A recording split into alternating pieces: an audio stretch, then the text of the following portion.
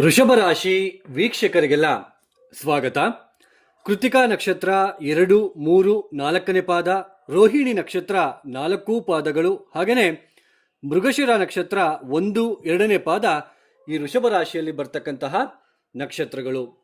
ಇದೇ 2026 ಬರುವ ತಿಂಗಳು ಜೂನ್ 2ನೇ ತಾರೀಕು ಗುರು ಮಿಥುನ ರಾಶಿಯನ್ನು ಬಿಟ್ಟು ಕರ್ಕಾಟಕ ರಾಶಿಗೆ ಪ್ರವೇಶವನ್ನು ಮಾಡಿ ಅಲ್ಲಿ ಸಂಚಾರವನ್ನು ಪ್ರಾರಂಭ ಮಾಡಿಕೊಳ್ತಾ ಇದ್ದಾರೆ.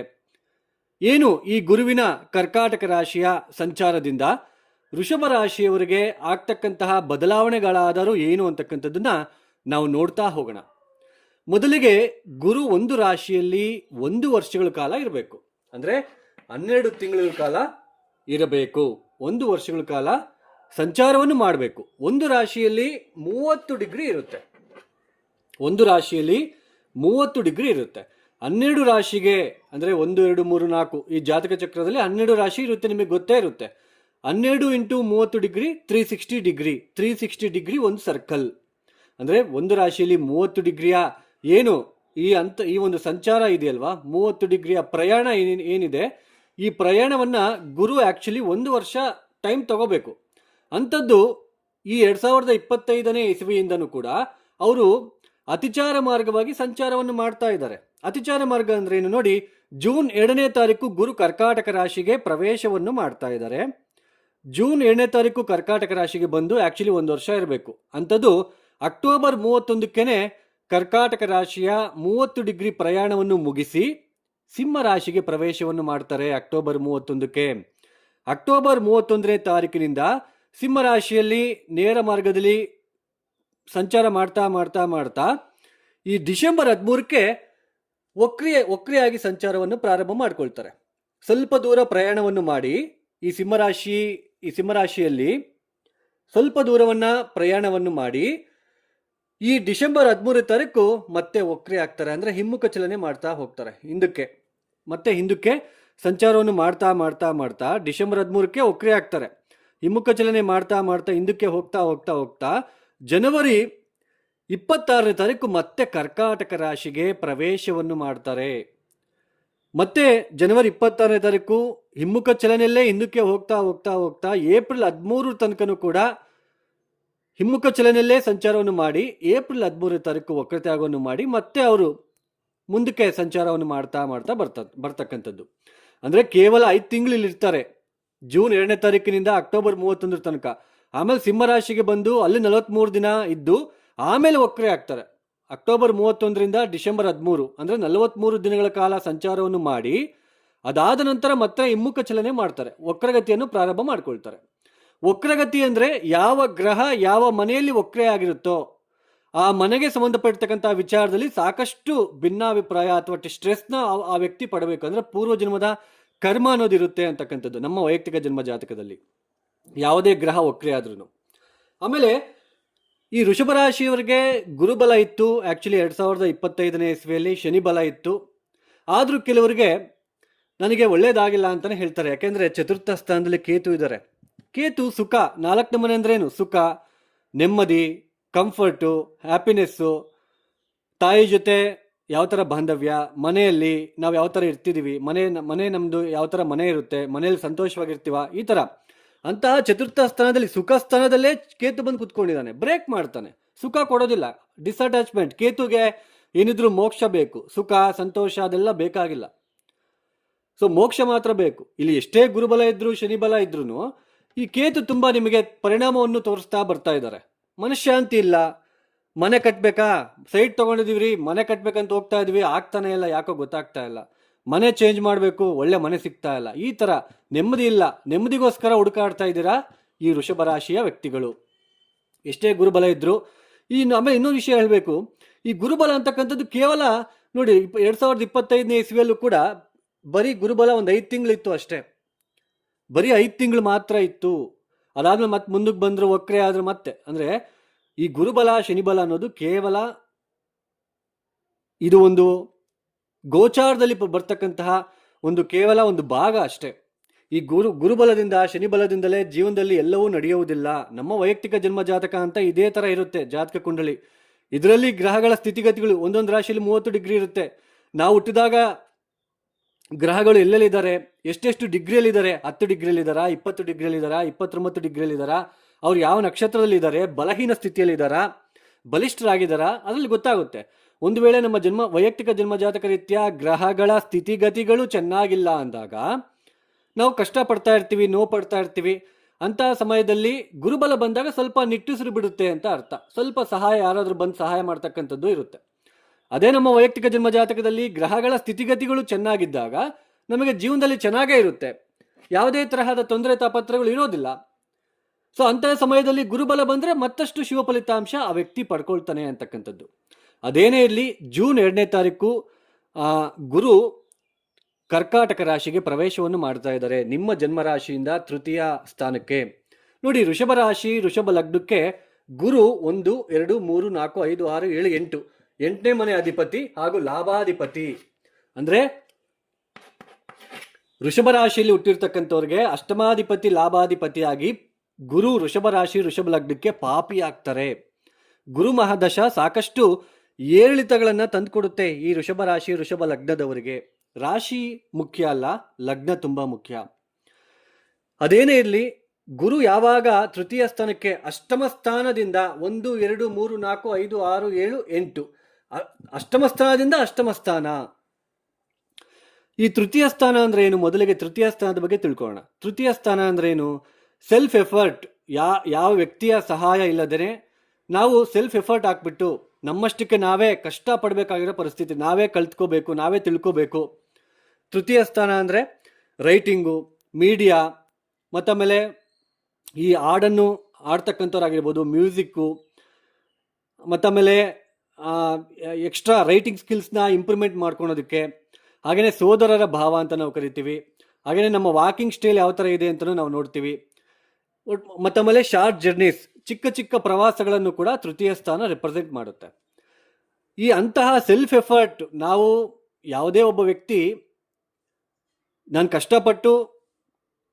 ಕಷ್ಟಪಡಬೇಕು, ನಾನು ಕಷ್ಟಪಟ್ಟು ಕೆಲಸ ಮಾಡಬೇಕು ಅಂತಂದು ಯಾರು ಇವಾಗ ಬಯಸೋದಿಲ್ಲ. ಈಸಿಯಾಗಿ ಕುತ್ಕೊಂಡು ತಿನ್ನಬೇಕು ಅಂತಕ್ಕಂತಹ ಒಂದು ಭಾವನೆ ಎಲ್ಲ ಇರುತ್ತೆ. ಈಸಿ ಆಗಬೇಕಪ್ಪ ಅಷ್ಟೇ, ಯಾವುದು ಕಷ್ಟ ಆಗಬಾರ್ದು ಅನ್ನೋ ಒಂದು ಮನೋಭಾವನೆ ಇರ್ತಕ್ಕಂತಹ ವ್ಯಕ್ತಿತ್ವನೇ ಜಾಸ್ತಿ ಇರ್ತಕ್ಕಂಥದ್ದು. ಗುರು ಸ್ವಾಭಾವಿಕವಾಗಿ ಎಕ್ಸ್ಪ್ಯಾನ್ಷನ್ ಪ್ಲಾನೆಟ್, ವಿಸ್ತರಣೆ ಮಾಡ್ತಕ್ಕಂಥದ್ದು, ಬ್ರೇಕ್ ಮಾಡಲ್ಲ. ಶನಿ ಆದರೆ, ಕೇತು ಆದರೆ ಬ್ರೇಕ್ ಮಾಡ್ತಾರೆ, ಡಿಸ್ಅಟ್ಯಾಚ್ಮೆಂಟ್ ಮಾಡ್ತಾರೆ, ಕಟ್ ಮಾಡ್ತಾರೆ. ಗುರು ಹಂಗಲ್ಲ, ವಿಸ್ತರಣೆ ಮಾಡ್ಕೊಳ್ತಾ ಹೋಗ್ತಾರೆ, ಅದನ್ನ ಇನ್ನೂ ಎನ್ಲಾರ್ಜ್ ಮಾಡ್ತಾ ಹೋಗ್ತಾರೆ. ಈ ತೃತೀಯ ಸ್ಥಾನ ಅಂದ್ರೆ ಏನು? Self effort. ಜಾಸ್ತಿ ನೀವು ಎಫರ್ಟ್ ಹಾಕಬೇಕು. ಎಷ್ಟು ಎಫರ್ಟ್ ಹಾಕ್ತಿರೋ ಅಷ್ಟು ಒಳ್ಳೆಯದು. ಹಾಗೆಯೇ ಸೋದರರ ಜೊತೆ ಭಿನ್ನಾಭಿಪ್ರಾಯ, ಸೋದರಿಯರ ಜೊತೆ ಭಿನ್ನಾಭಿಪ್ರಾಯ, ಹಾಗೆಯೇ ಕುಟುಂಬ ವ್ಯಕ್ತಿಗಳ ಜೊತೆ ಭಿನ್ನಾಭಿಪ್ರಾಯ ಹೆಚ್ಚಾಗಿ ಈ ಸಮಯದಲ್ಲಿ ಕಂಡು ಬರ್ತಾ ಇರುತ್ತೆ. ಗುರು ತಾನಿರುವ ರಾಶಿಯಿಂದ 1, 2, 3, 4, 5 5ನೇ ಮನೆ ಮೇಲೆ ದೃಷ್ಟಿ, ತಾನಿರುವ ರಾಶಿಯಿಂದ 5, 6, 7 7ನೇ ಮನೆ ಮೇಲೆ ದೃಷ್ಟಿ, ತಾನಿರುವ ರಾಶಿಯಿಂದ 8, 9 9ನೇ ಮನೆ ಮೇಲೆ ದೃಷ್ಟಿ. ಅಂದ್ರೆ ಗುರು ದೃಷ್ಟಿ ಈ ಮನೆ ಮೇಲೆ ಬೀಳ್ತಾ ಇದೆ. ಅಂದ್ರೆ ನಿಮ್ಮ ಜನ್ಮರಾಶಿಯಿಂದ ಸಪ್ತಮ ಸ್ಥಾನ, ನಿಮ್ಮ ಜನ್ಮರಾಶಿಯಿಂದ ನವಮ ಸ್ಥಾನ, ನೀಚ ಸ್ಥಾನ, ಇದು ಮಿತ್ರಸ್ಥಾನ, ಇದು ಲಾಭಸ್ಥಾನ. ಲಾಭಾಧಿಪತಿಯಾಗಿ ಅವ್ರ ಮನೆ ಅವರೇ ನೋಡ್ಕೊಳ್ತಾ ಇರ್ತಕ್ಕಂಥದ್ದು. ಇಲ್ಲಿ ಶನಿ ಸಂಚಾರ ನಡೀತಾ ಇದೆ. ನೋಡಿ, ಸಪ್ತಮ ಸ್ಥಾನ ಅಂದರೆ ನಮಗೆ ಪಾರ್ಟ್ನರ್ಶಿಪ್, ಬಿಸ್ನೆಸ್ಸು, ಜಾಯಿಂಟು, ಇಬ್ಬರು ಸೇರ್ಕೊಂಡ್ಬಿಟ್ಟು ವ್ಯಾಪಾರ ಮಾಡ್ತಕ್ಕಂಥದ್ದಾಗಿರ್ಬೋದು, ಗಂಡ ಹೆಂಡತಿಯ ಸಂಬಂಧ, ಚಿಕ್ಕ ಚಿಕ್ಕ ಪ್ರವಾಸಗಳು ಕೂಡ 7th ಹೌಸ್ ರೆಪ್ರೆಸೆಂಟ್ ಮಾಡುತ್ತೆ. ಹಾಗೆ ಕ್ಲೋಸ್ ರಿಲೇಷನ್ಸ್ ಜೊತೆ, ನಿಮ್ಮ ಗಂಡ ಅಥವಾ ಹೆಂಡತಿಯ ಕ್ಲೋಸ್ ರಿಲೇಷನ್ಸ್ ಜೊತೆ ನಾವು ಯಾವ ಥರ ಇರ್ತೀವಿ, ಅವ್ರ ಜೊತೆ ನಾವು ಯಾವ ಥರ ಸಂಬಂಧ ಬಾಂಧವ್ಯ ಇರುತ್ತೆ, ನಾವು ಚೆನ್ನಾಗಿರ್ತೀವ ಚೆನ್ನಾಗಿರೋದಿಲ್ಲ ಅನ್ನೋದು ಕೂಡ 7th ಹೌಸಿಂದ ತಿಳ್ಕೊಬೋದು. ಅಂತಹ 7th ಹೌಸ್ ಮೇಲೆ ಗುರುದೃಷ್ಟಿ ಬೀಳ್ತಾ ಇರೋದ್ರಿಂದ ಎಕ್ಸ್ಪ್ಯಾನ್ಷನ್, ಮೊದಲೇ ವಿಸ್ತರಣೆ ಮಾಡ್ತಕ್ಕಂತಹ ಗ್ರಹ ಇದು. ಸ್ವಲ್ಪ ಇಲ್ಲಿ ಮಿಸ್ಅಂಡರ್ಸ್ಟ್ಯಾಂಡಿಂಗ್ ಬರ್ತಕ್ಕಂತಹ ಸಾಧ್ಯತೆ ಹೆಚ್ಚಾಗಿ ಕಂಡು ಬರ್ತಾ ಇರುತ್ತೆ. ನಿಮ್ಮ ಪತಿ ಅಥವಾ ಪತ್ನಿಯ ಕಡೆಯವರು ನಿಮ್ಮನ್ನು ಮಿಸ್ಅಂಡರ್ಸ್ಟ್ಯಾಂಡಿಂಗ್ ಮಾಡ್ಕೊಳೋದು, ಈ ತರಹ ಸ್ವಲ್ಪ ನೀನೆಲ್ಲೆಲ್ಲೋ ತಿರುಗಾಡ್ತಾ ಇದೆಯಾ, ಈ ಥರ ಒಂದು ಭಾವನೆ ಬರ್ತಕ್ಕಂಥದ್ದು. ಎಕ್ಸ್ಪ್ಯಾನ್ಷನ್ ಪ್ಲಾನೆಟ್, ವಿಸ್ತರಣೆ ಮಾಡ್ತಕ್ಕಂತಹ ಗ್ರಹ ನಿಮ್ಮ ಮೇಲೆ. ಈಗ ಗುರುಬಲ ಇರೋದಿಲ್ಲ, ತೃತೀಯ ಸ್ಥಾನದಲ್ಲಿ ಗುರುಬಲ ಇರೋದಿಲ್ಲ. ಸೊ ಮಿಸ್ಅಂಡರ್ಸ್ಟ್ಯಾಂಡಿಂಗು, ಮಿಸ್ಕಮ್ಯುನಿಕೇಷನ್ ಆಗ್ತಕ್ಕಂಥದ್ದು, ಇದರಿಂದ ಸ್ವಲ್ಪ ವಾದ ವಿವಾದಗಳು ಬೆಳೀತಕ್ಕಂಥದ್ದು. ಹಾಗೆಯೇ ಎಫರ್ಟ್ ಮುಖಾಂತರ ನೀವೆಲ್ಲ ಏನು ವ್ಯಾಪಾರ ಅಥವಾ ಉದ್ಯೋಗ ಅಥವಾ ಒಂದು ಏನಾದರೂ ಹೊಸ ವಿಷಯ ತಿಳ್ಕೋಬೇಕು, ಅಥವಾ ನಾನು ಎಜುಕೇಷನಲ್ಲಿ ಈ ಥರ ಹೋಗಬೇಕು ಅಂತ ಯಾರೆಲ್ಲ ಇದ್ದೀರಾ, ಆ ವಿಷಯಕ್ಕೆ ಸಂಬಂಧಪಟ್ಟಿರ್ತಕ್ಕಂಥದ್ದು ಜಾಸ್ತಿ ನೀವು ಎಫರ್ಟ್ ಹಾಕಬೇಕು, ಅದ್ರ ಬಗ್ಗೆ ಜಾಸ್ತಿ ಚಿಂತನೆಯನ್ನು ಮಾಡಬೇಕು ಅಂತ ಹೇಳುತ್ತೆ. ಆಮೇಲೆ ಈ ಸಪ್ತಮ ಸ್ಥಾನದ ಮೇಲೆ ದೃಷ್ಟಿ ಇರೋದ್ರಿಂದ ಜಾಸ್ತಿ ಪ್ರಯಾಣಗಳನ್ನು ನೀವು ಮಾಡಬೇಕಾಗಿರೋ ಪ್ರಸಂಗಗಳು ಎದುರಾಗ್ತಕ್ಕಂಥದ್ದು. ಹಾಗೆಯೇ ನವಮ ಸ್ಥಾನದ ಮೇಲೆ ದೃಷ್ಟಿ ಇರೋ ಅಂದರೆ ನಿಮ್ಮ ಜನ್ಮರಾಶಿಯಿಂದ ನವಮ ಸ್ಥಾನವನ್ನು ನೋಡ್ತಾ ಇರತಕ್ಕಂಥದ್ದು. ನೋಡಿ, ಕೆಲವರಿಗೆಲ್ಲ ಬೇಗನೆ ಅದೃಷ್ಟ ಒಲ್ದು ಬಂದ್ಬಿಡುತ್ತೆ. ಎಷ್ಟು ಸ್ವಲ್ಪ ಎಫರ್ಟ್ ಹಾಕಿದ್ರು ಕೂಡ ಬೇಗನೆ ಅದೃಷ್ಟ ಬಂದ್ಬಿಡುತ್ತೆ. ನಾವು ಮಾಡ್ತಕ್ಕಂತಹ ಪೂಜೆ ಪುನಸ್ಕಾರಗಳಾಗಿರ್ಬೋದು, ಅಥವಾ ವಿದ್ಯಾರ್ಥಿಗಳು ಓದಿನಲ್ಲಿ ಆಗಿರ್ಬೋದು, ಅಥವಾ ನಾವು ಮಾಡ್ತಕ್ಕಂತಹ ವ್ಯಾಪಾರ ಆಗಿರ್ಬೋದು, ಅಥವಾ ನಾವು ಮಾಡ್ತಕ್ಕಂತಹ ಉದ್ಯೋಗ ಆಗಿರ್ಬೋದು, ಅದರಲ್ಲಿ ಬೇಗನೆ ಒಲ್ದು ಬರುತ್ತೆ ಬಿಕಾಸ್ ಆಫ್ 9th ಹೌಸ್. ಅಂತಹ 9th ಹೌಸ್ ಮೇಲೆ ಇದು ನೀಚ ಸ್ಥಾನ ಆಗುತ್ತೆ, ಗುರುವಿನ ನೀಚ ಸ್ಥಾನ. ಈ ಗುರುವಿನ ದೃಷ್ಟಿ ನೀಚ ಸ್ಥಾನದ ಮೇಲೆ ಬೀಳ್ತಾ ಇರೋದ್ರಿಂದ ಎಕ್ಸ್ಟ್ರಾ ಎಫರ್ಟ್ ಹಾಕಬೇಕು. ನಾವು ಯಾವುದನ್ನು ಕೂಡ ಈಸಿಯಾಗಿ ನಮಗೆ ಒಂದ್ಸಲ ದೇವಸ್ಥಾನಕ್ಕೆ ಹೋಗ್ಬಿಟ್ರೆ ನಮ್ಗೆ ಒಳ್ಳೇದಾಗ್ಬಿಡುತ್ತೆ ಅಂತಕ್ಕಂತಹ ಒಂದು ಭಾವನೆಯನ್ನು ಬಿಡಬೇಕು. ಜಾಸ್ತಿ ಎಫರ್ಟ್ ಹಾಕೋ ಥರ ಮಾಡುತ್ತೆ. ಎಕ್ಸ್ಪ್ಯಾನ್ಷನ್ ಪ್ಲಾನೆಟ್ ಅಲ್ವಾ, ನೀವು ಜಾಸ್ತಿ ಎಫರ್ಟ್ ಎಷ್ಟು ಹಾಕ್ತಿರೋ ಅಷ್ಟು ನಿಮಗೆ ಸ್ವಲ್ಪ ರಿಸ್ಕ್ ತಗೋಬೇಕು.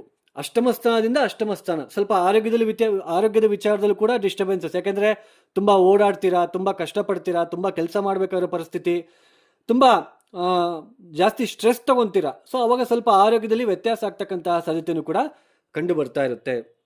ಅಂದರೆ ಜಾಸ್ತಿ ಪ್ರಯಾಣ ಮಾಡ್ತೀರಾ, ಸ್ವಲ್ಪ ಕುಟುಂಬದಲ್ಲಿ ಭಿನ್ನಾಭಿಪ್ರಾಯಗಳಾಗಿರ್ಬೋದು, ಸ್ವತಃ ನೀವೇ ಮೀಡಿಯಾ ರಂಗದಲ್ಲಿ ಇರ್ತಕ್ಕಂಥವ್ರು, ಮ್ಯೂಸಿಕ್ ಆಗಿರ್ಬೋದು, ಬರವಣಿಗೆ ಆಗಿರ್ಬೋದು, ಡೈರೆಕ್ಟರ್ಸು ಏನು ರೈಟಿಂಗ್ ಎಲ್ಲ ಇರುತ್ತೆ ನೋಡಿ, ಸೊ ರೈಟರ್ಸ್ ಆಗಿರ್ಬೋದು, ಅಥವಾ ನೀವೊಂದು ಪೊಯೆಟ್ ಆಗಿರಬಹುದು, ಅಂದರೆ ಪೊಯಮ್ ಕಾವ್ಯಗಳನ್ನು ರಚನೆ ಮಾಡ್ತಕ್ಕಂಥವ್ರು ಆಗಿರ್ಬೋದು.